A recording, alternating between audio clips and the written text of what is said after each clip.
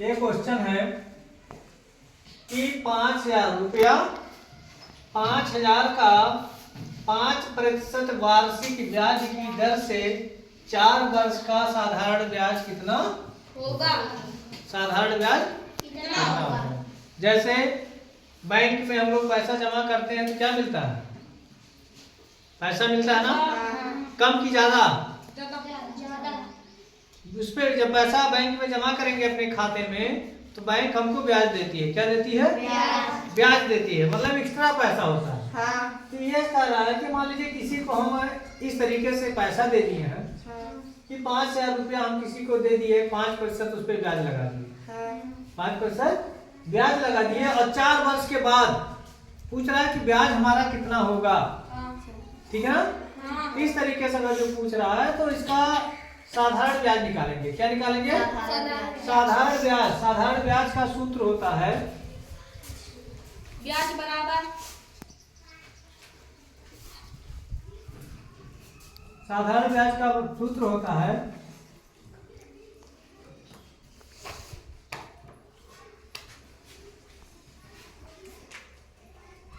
ब्याज बराबर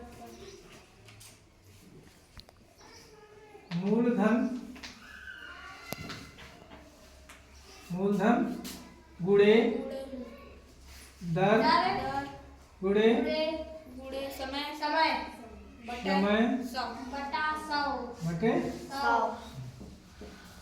ये हो गया मूलधन। मूलधन मतलब जितना पैसा हम जमा करेंगे उसी को मूलधन कहेंगे। ठीक है ना? और इसमें दिया देखिए 5% वार्षिक। ये क्या है? ब्याज क्या है? दर। हाँ, दर है। क्या है? दर है, रेट है। ठीक है ना? वो रेट उसको दर को किससे प्रदर्शित करते हैं? आर से। ठीक है ना? आर से प्रदर्शित करते हैं। समय को यस टी से। मूलधन को पी से। ठीक है ना? तो इसका सूत्र हो गया। इसी सूत्र पे जब रख देंगे तो उसका साधारण ब्याज निकल जाएगा। चलिए रखते हैं। मूलधन कितना है? 5,000। दर कितना है? 5। समय 4 वर्ष बटे। ये 5% का मतलब बता दो क्या है? 5% का मतलब क्या हो गया? 5 बटे 100। इसका मतलब क्या?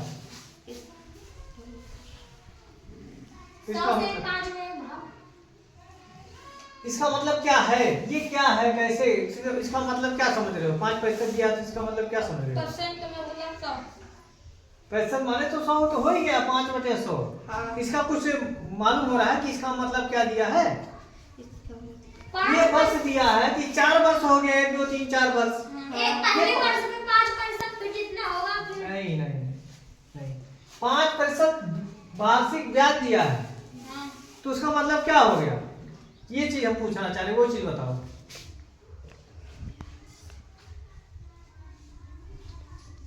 हाँ? नहीं पता है? 5% मतलब कि 100 रुपया का क्या रुपया बढ़ेगा? 1 साल में 5 रुपया। अगर जो 100 रुपया हम दे रहे हैं और साल भर आपके पास वो पैसा पड़ा है तो 5 रुपया हम एक्स्ट्रा लेंगे तो हो जाएगा 105। वही है उसका 5% वार्षिक। ठीक है ना? तो इसको काटिए। चलिए क्या करेंगे? 0 से 0 जीरो कट गया, एक जीरो यहाँ कट गया, एक जीरो यहाँ कट गया, एक जीरो यहाँ कट गया। अब गुणा कर दीजिए। ठीक है ना? ये 5 0 कर दिए, 5 का गुणा 4 में कर दिए, 5 को 20। फिर गुणा कर देंगे 0 0 गुणा 0 0 हो गया। 5 का गुणा 2 में 5 गुणाए 1000 क्या निकला? ब्याज निकला। मतलब अगर जो हम 4 साल बाद इस पैसे को वापस करेंगे तो हमारा 1,000 रुपया ब्याज भी इसमें इतना हो जाएगा। हमको कितना वापस करना पड़ेगा? 6,000। ठीक है ना? मतलब मेरा मूलधन कितना था? 5,000। अगर जो 4 वर्ष साधारण ब्याज पे हम दिए हैं पैसा किसी को या बैंक में जमा किए हैं साधारण ब्याज अगर जो लग रहा है तो 4 साल बाद उस 5,000 का आपको 6,000। ये चीज है साधारण ब्याज का। अभी परीक्षा चल रहा था उसमें क्वेश्चन था। ठीक है ना? अब ये समझ में आ गया? क्लियर? ये सूत्र नहीं भूलना चाहिए। क्या चीज?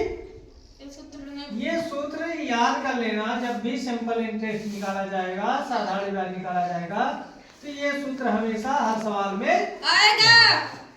इसके आगे अभी और हम बताएंगे मिश्र धन कैसे निकालते हैं। ठीक है ना? मिश्र धन निकालते हैं। मिश्र धन में क्या क्या चीज होता है?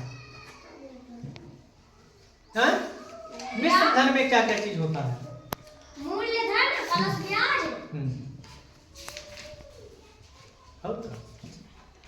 ये चीज तो रहेगा जी। मूलधन प्लस ब्याज।